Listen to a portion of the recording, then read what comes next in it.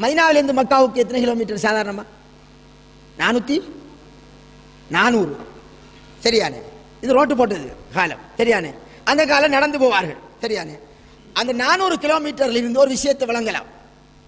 400 kilometre அதை கடப்பதுக்கு எத்தனை நாள் தேவைப்படுது? ஒரு பிரயாண கூட்டத்துக்கு 9 நாள்.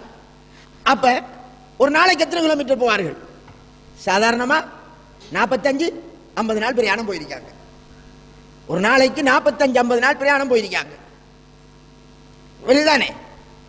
அப்படி என்றால் அந்த பிரயாண கூட்டம் நேற்று பிறைய கண்டு போட்டு இன்றைக்கு வந்திருந்தால் ஒரு நாளைக்கு எத்தனை கிலோமீட்டர் சாதாரண பிரயாணம் போயிருக்கணும்?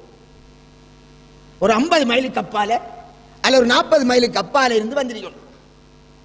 அவங்க அங்க இங்க தங்காம இருந்தார். சாதாரணமா நபிகளாருடைய மதீனாவுடைய எல்லை அவருடைய கட்டுப்பாட்டு பகுதி சின்ன ஒரு பகுதி.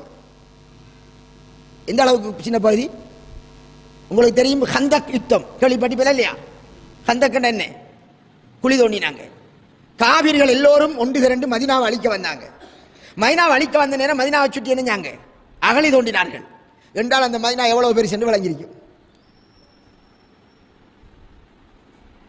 எனவே இந்த மாதிரியான ஒரு எல்லைத்தான் அவர்கள் வாழ்ந்துக்கு நம்மளுக்கு பின்னால் வாரவங்களுக்கு முன்மாதிரியாக சில விஷயங்களை அல்லாஹ் தஆலா அவர் மூலம் வெளிப்படுத்தினார். இப்ப ரசூலுல்லாஹ் மதீனாவிலிருந்து போறாங்க. மதீனாவிலிருந்து வெளியிறங்குறாங்க. மதீனாவுடைய பிறையை பார்த்து வெளியிறங்குறாங்க. இடையில மாசம் முடிஞ்சு மக்காவுக்கு போய் சேரல. இடையில மாதம் முடிஞ்சு ரசூலுல்லாஹ் தனது பகுதியை விட்டு வெளியிறங்கி போகிறார். இடையில் மாதம் முடிந்தது. மாதம் முடிந்தது எதை வச்சு கணக்கானார்? தண்டை நாட்டில் கண்ட பிறையை வச்சா? மதீனாவுக்கும் மக்காவுக்கும் இடையில் இருக்கிற எல்லாரும் யாரு? காபிரான மக்கள். அந்நேர நாடு மக்கா யாருடைய ஆட்சியில் இருந்தது? அதுக்கு அபூ சுஃபியான் ஆட்கள் மக்கா வெற்றி முறையில் ஆண்டுக்கு இருந்தாங்க. மதீனா ரசூலுல்லாஹ் வந்ததற்கு பின்னால் ரசூலுல்லாஹ் ஆண்டுக்கு இருந்தார்கள். சரி, அடுத்தது ரசூலுல்லாஹ் மக்காவுக்கு வந்ததும் மக்காவில் ஹஜ்ஜுடைய வணக்கத்தை ஆரம்பிக்கிறார்கள். இந்த காலத்தில் ஸல்லல்லாஹு அலைஹி வஸல்லம் மக்கத்து மக்களிடம் வந்து, மக்களே உங்களுடைய ஊரில் ஹஜ் இருப்பதால் நீங்க பிற எத்தின என்று நபிகளார் என்ன செய்யல? கேட்கல.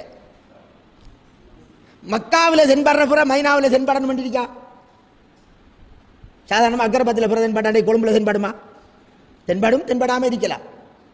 கிண்ணியாவில் தென்படுற நமக்கு தெரியுதா? மன்னாரில் தென்படுற நமக்கு தெரியுதா?